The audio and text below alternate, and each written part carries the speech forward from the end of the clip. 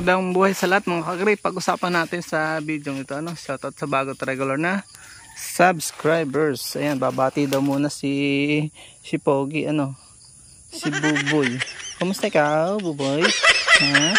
Kumusta namin, Buboy? Ha? Bati mo na, bati.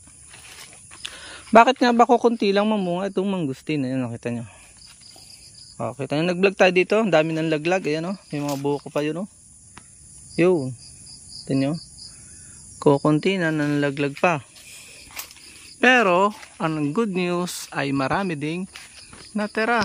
Hala mo ay konti lang. Mayabang din. Parang lansones din. Daming natitira. Natin ipakita ko sa inyo yung nasa taas. Zoom natin. Oo, yun o.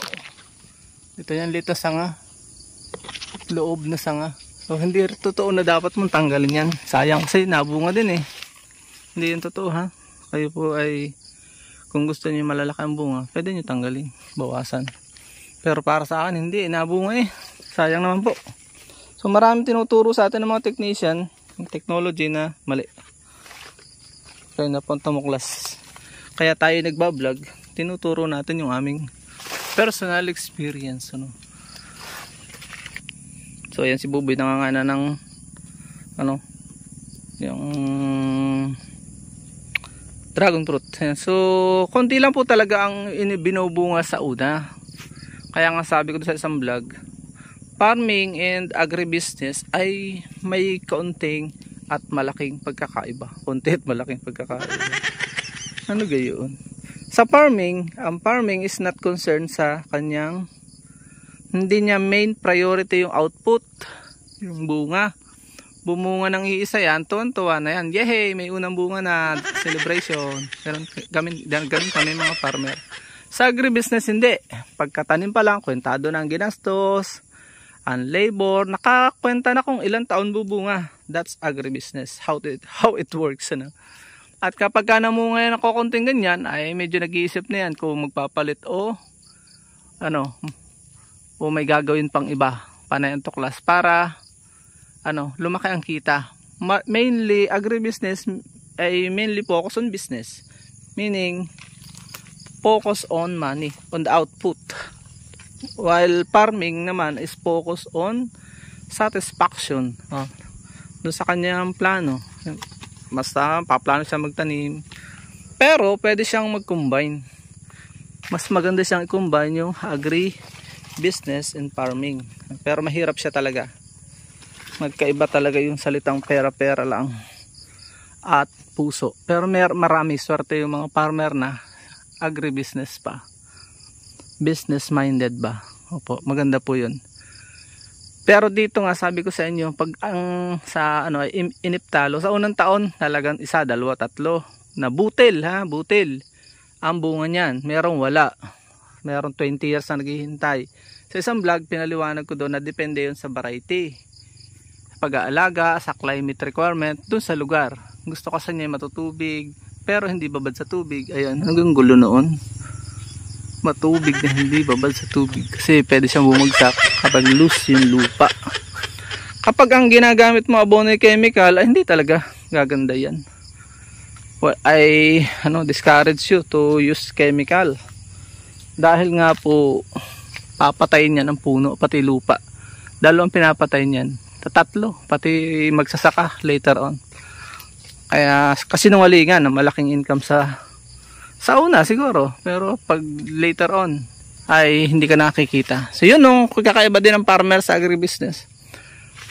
Agribusiness ay walang pakialam sa kalikasan, kalimitan.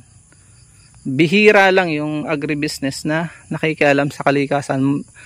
Mostly sa kanila ay chemical ang technology dahil malaki nga ang kita sa una yung kasinungalingan na malaki.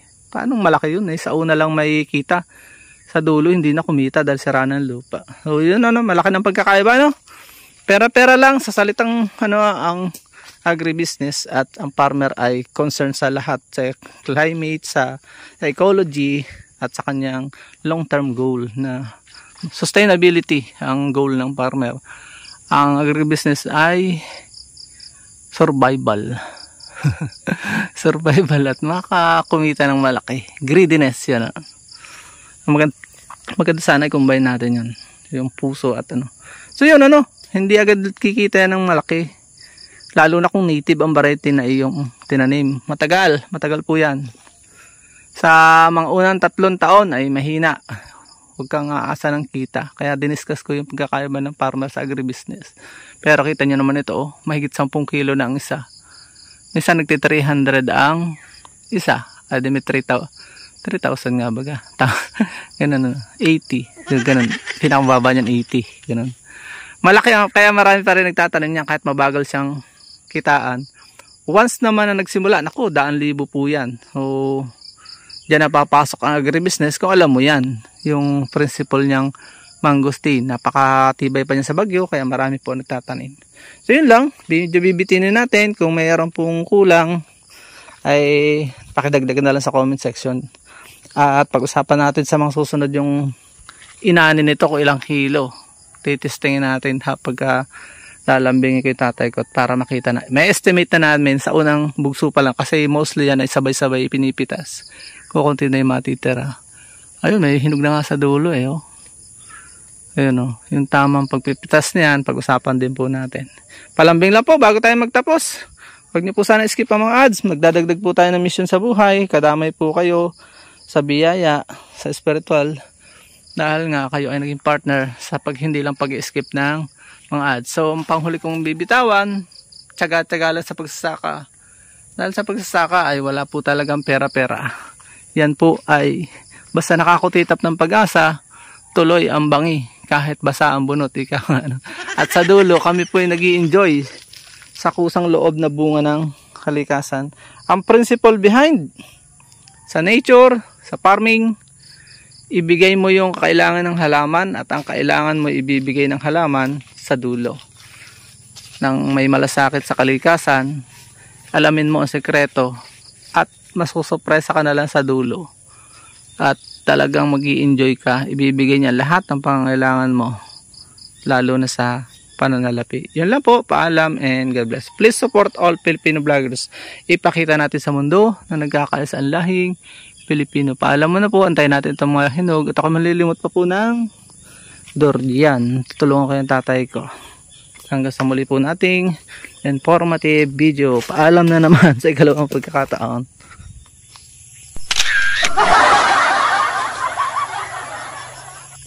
At dyan po, nagtatapos ang ating munting vlog.